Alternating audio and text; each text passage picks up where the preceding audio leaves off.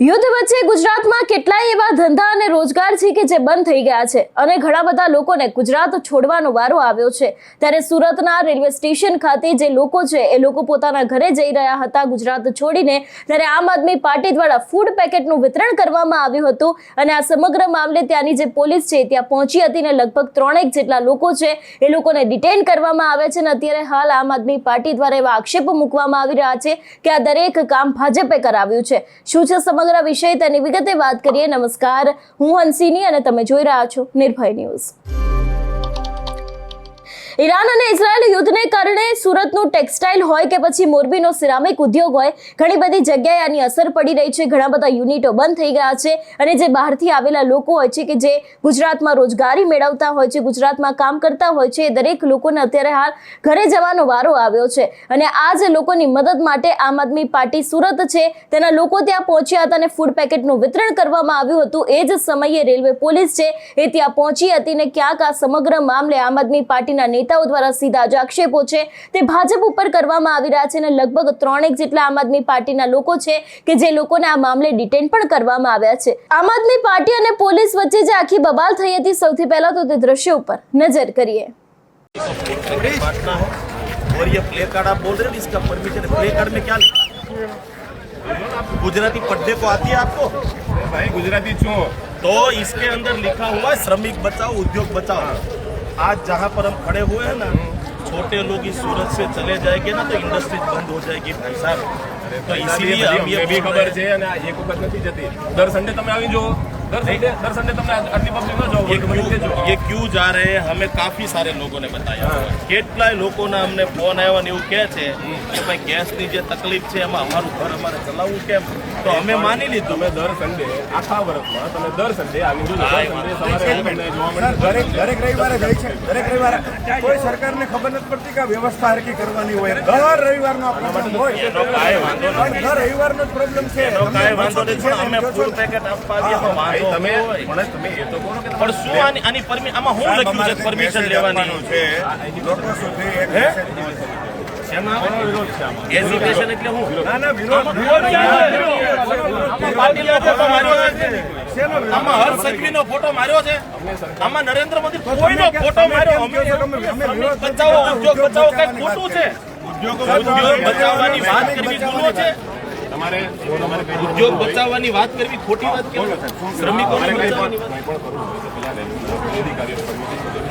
આ દેશમાં ખવડાવવાની કોઈની પાસે પરમિશન ન લેવાની, ભૂખ્યાનું પોટ પેટ ભરવાનું છે। અમારે શ્રમિકોને કહેવું છે ભાઈ તમે અમારા સુરતના છો, તમે અંતર અહીંયા રહ્યો, તમારી વ્યવસ્થા કરાવશો। અમે વિશ્વાસ દેવા આવ્યા છે, આ જમવાનું આપવા આવ્યા છીએ।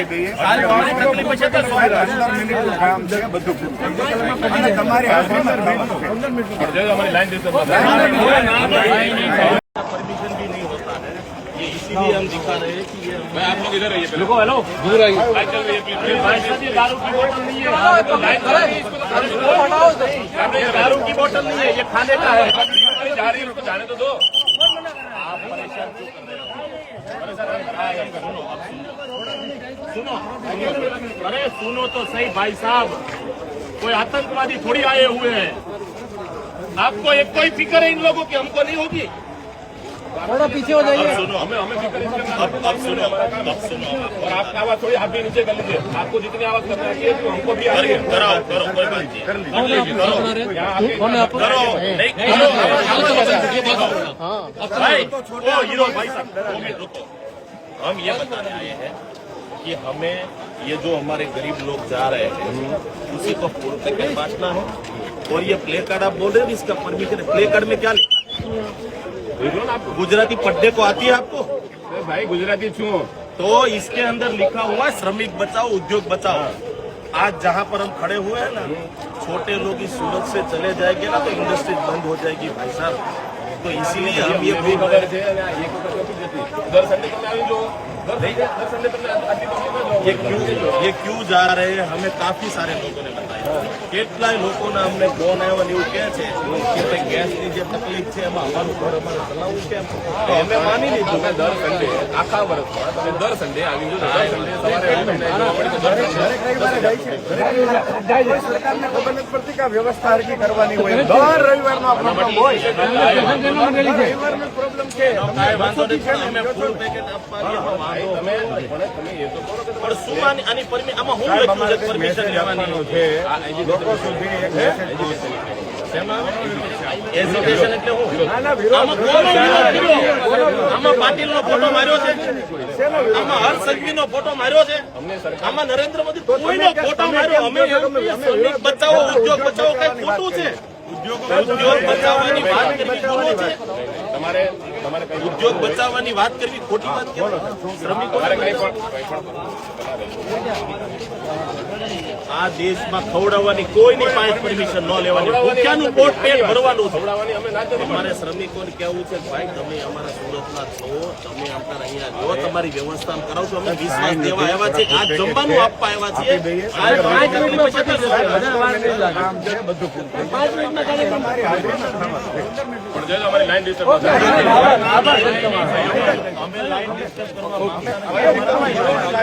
જે રીતે અહીંયા આમ આદમી પાર્ટીના નેતાઓ દ્વારા સીધા આક્ષેપ છે તે ભારતીય જનતા પાર્ટી ઉપર લગાવવામાં આવી રહ્યા છે, પરંતુ જો ખરેખર આમ આદમી પાર્ટી છે તે મદદ માટે ગઈ હોય તો પછી આ રાજકારણ ક્યાંક ખોટું પડતું હોય એવું લાગી રહ્યું છે.